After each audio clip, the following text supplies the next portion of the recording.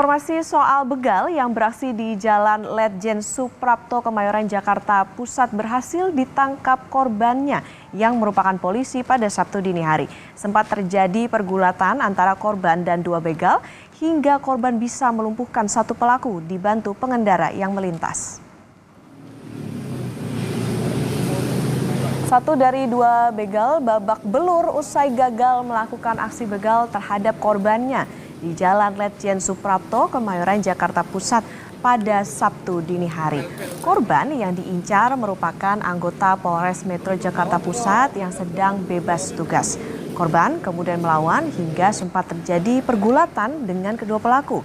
Dibantu pengendara yang melintas, salah satu begal akhirnya berhasil ditangkap, sementara satu pelaku lainnya melarikan diri.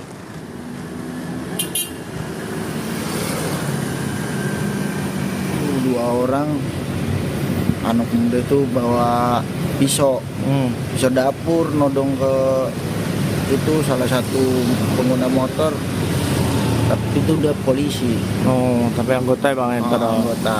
Sempat gelut bang gimana?